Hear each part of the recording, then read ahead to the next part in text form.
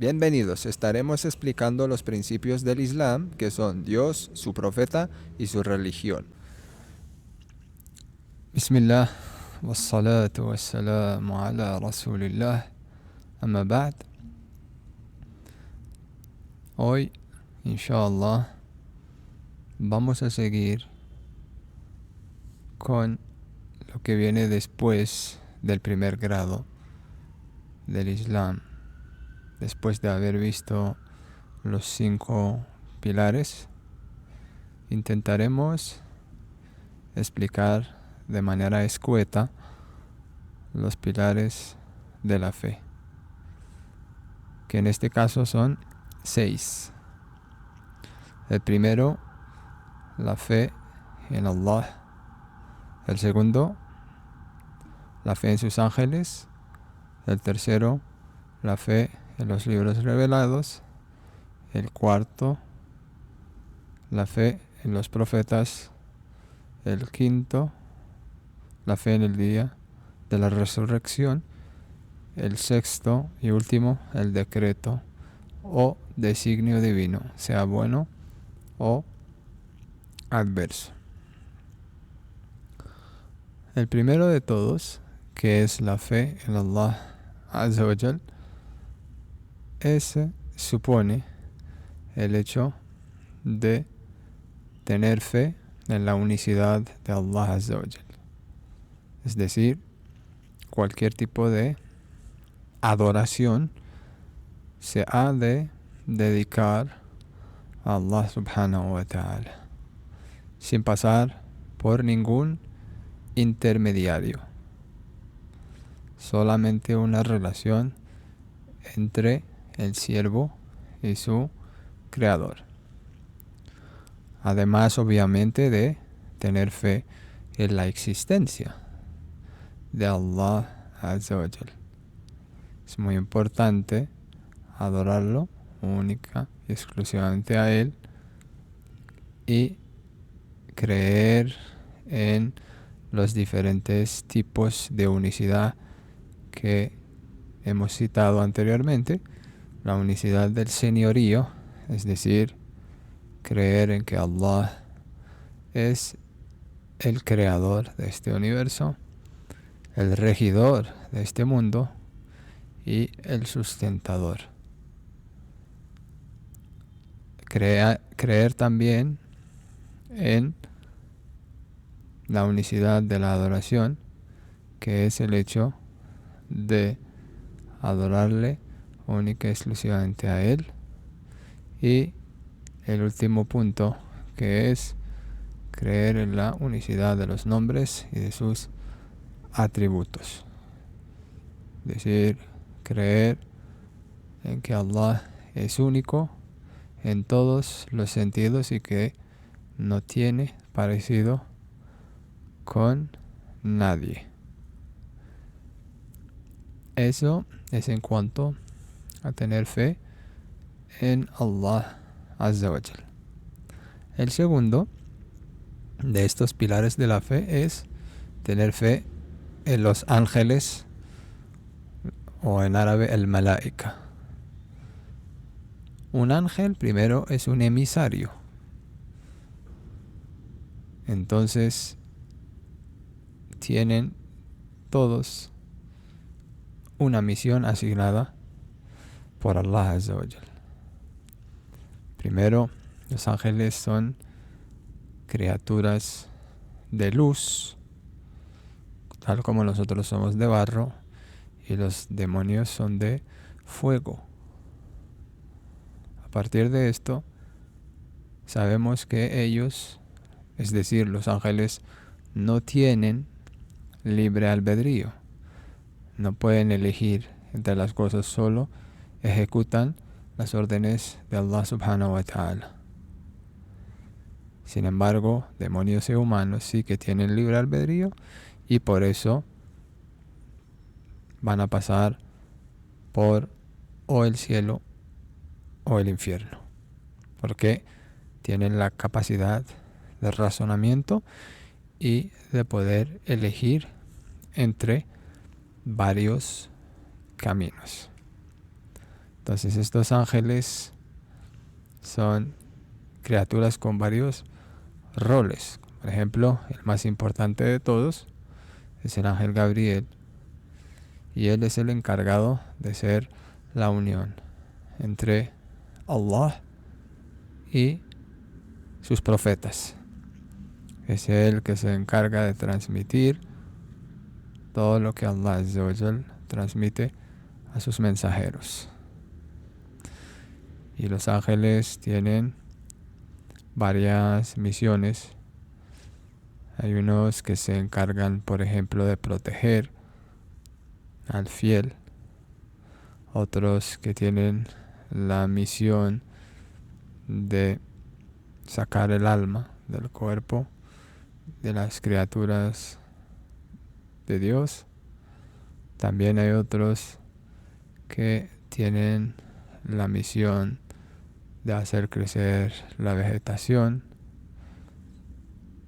o de los truenos, etcétera, etcétera, etcétera. También hay otros, por ejemplo, en la derecha de las personas, uno encargado de escribir las recompensas, y a la izquierda el que es encargado de escribir los pecados. Entonces, todos ellos tienen una misión que es propia a ellos. Mucha gente se suele confundir pensando que Satanás es un ángel caído. Sin embargo, en el Islam eso no existe, por el hecho de que Satanás desobedeció a Dios por no querer postrarse ante Adán. Y eso no concuerda con el hecho de que sabemos que los ángeles no tienen libre albedrío y tienen que hacer lo que Dios les está pidiendo. Mientras que Satanás no lo hizo. Por lo tanto, en el Islam está en la categoría de los demonios y no de los ángeles. Entonces eso brevemente, eso es lo que tenemos que hacer.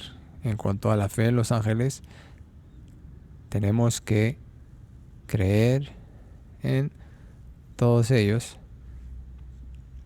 de manera genérica, es decir, todos los ángeles que Allah haya podido crear, y específicamente los que fueron mencionados por sus nombres, como es el ejemplo de Jibril, de Micail, de Israfil, etcétera, etcétera, etcétera. Esos hay que creer en ellos por el hecho de que hayan sido mencionados por sus propios nombres. Eso es en cuanto al segundo pilar de la fe. Seguidamente pasamos al tercero, que es la fe en los libros revelados. En el Islam entendemos que los profetas tuvieron o recibieron unos libros sagrados para que el pueblo al que fueron enviados siguieran las leyes de Allah Azza wa Jal. Y en el Islam entendemos que muchos tuvieron sus propios libros sagrados. Hay unos que son relatados en el Corán, por ejemplo, o en los dichos del profeta sallallahu alaihi wasallam, y hay otros que no fueron relatados. Sin embargo, como regla genérica, siempre vamos a creer, a tener fe en todos los libros, los que fueron mandados pero sin detalles en el Corán. Entonces tenemos que tener fe en ellos de manera general, y los que fueron mencionados con sus propios nombres, tenemos que tener fe en ellos por eso mismo, ¿no? Entonces, podemos ejemplificar en este sentido estos libros que sirvieron de constitución para los pueblos a los que fueron mandados. Podemos citar el ejemplo de los salmos, que son los salmos de David, ¿no? Esos salmos pues se refiere al libro que siguió el profeta Daud o David. En cuanto al segundo, podemos citar a la Torá, que es el libro de Moisés. El tercero sería la Biblia, que se le fue revelada al profeta Jesús. Y el último libro es el Corán, que se le fue revelado al profeta Muhammad sallallahu alaihi wasallam. Tenemos que saber que el Corán es la palabra de Dios, que realmente Dios habló con sonido y letra todo lo que hay actualmente en el Corán. Y eso lo transmitió, claro, al ángel Gabriel. Y el mismísimo ángel lo transmitió al profeta Muhammad sallallahu alaihi wasallam, que lo tuvo que memorizar, y a partir de esta memorización lo tuvo que transmitir a sus diferentes compañeros, que ellos a su vez también lo memorizaron. Y cuando empezaron las guerras y murieron varios de ellos, ahí mismo, como tuvieron miedo de que se perdiera la palabra de Allah,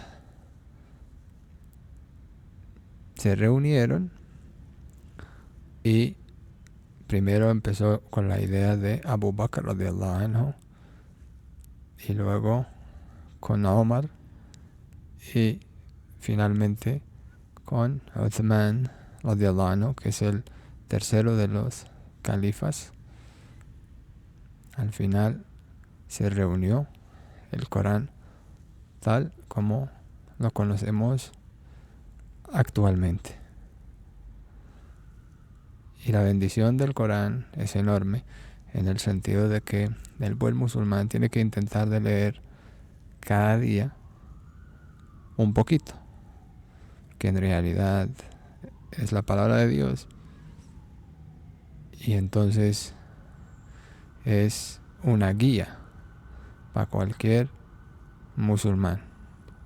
Y más uno tiene constancia de Corán, más tiene la bendición de Dios y la recompensa que Dios prometió para sus siervos.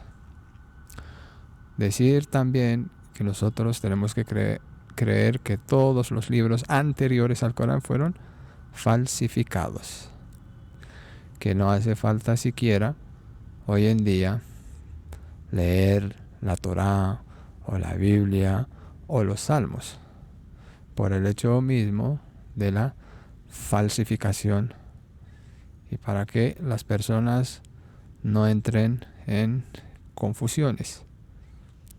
Entonces, en ese caso no se recomienda leer a esos libros de ninguna manera, porque ya tenemos al último que resume todos esos libros, y sobre todo, qué es lo que Dios nos está pidiendo: seguir al último libro, que es el Corán, y que tenemos realmente que seguirlo en todos los compartimentos de nuestra vida del día a día, ya que es una luz que nos ilumina el camino entre las tinieblas y las oscuridades que podemos toparnos en este mundo. En el siguiente video, inshallah, vamos a terminar los 3 últimos pilares que nos quedan. Gracias por su atención y subhanak Allahumma wa bihamdik, ashhadu an la ilaha illa ant, astaghfiruka wa atubu ilayk.